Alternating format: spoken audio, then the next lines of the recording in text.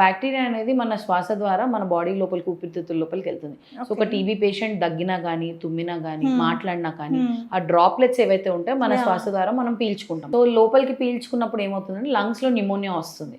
ఆ నిమ్ము వల్ల ఏమవుతుందంటే పేషెంట్ కి దగ్గు తెమడ రావడము, తెమడలో రక్తం పడడము, జ్వరం రావడము, అది కూడా సాయంకాలం పూట ఎక్కువగా జ్వరం వస్తుంది. అలాంగ్ విత్ దట్ చెమటలు పట్టడము, అలాగే ఆకలి వేయకపోవడము, బరువు తగ్గడం బాగా, ఇవి సిమ్టమ్స్ అన్నమాట.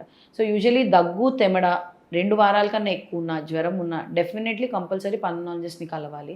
ట్యూబర్క్లోసిస్ అనేది మనం రూల్ అవుట్ చేసుకోవాలి. సో దీనికి మనం ఏమేమి టెస్ట్ చేస్తాం అంటే ఫస్ట్ తెమడ పరీక్ష చేస్తాం. సో జీన్ ఎక్స్పర్ట్ అనే టెస్ట్ ఉంటుంది మనకి, గవర్నమెంట్ లో ఫ్రీగా చేస్తారు ఆ టెస్ట్. దాంట్లో ఏంటంటే ఈ టీబీ బ్యాక్టీరియా ఉందా లేదా అనేది తెలుస్తుంది. అలాగే ఇది మనం ఇచ్చే మందులకి రెస్పాండ్ అవుతుందా లేదా అనేది కూడా తెలుస్తుంది అనమాట. సో ఈ టెస్ట్ చేస్తాం. అలాంగ్ విత్ దట్ ఎక్స్రే చేస్తాము. ఎక్స్రేలో ఏం కనిపించకపోతే ఫర్దర్ ఛాతీది సిటీ స్కాన్ కూడా చేస్తాం.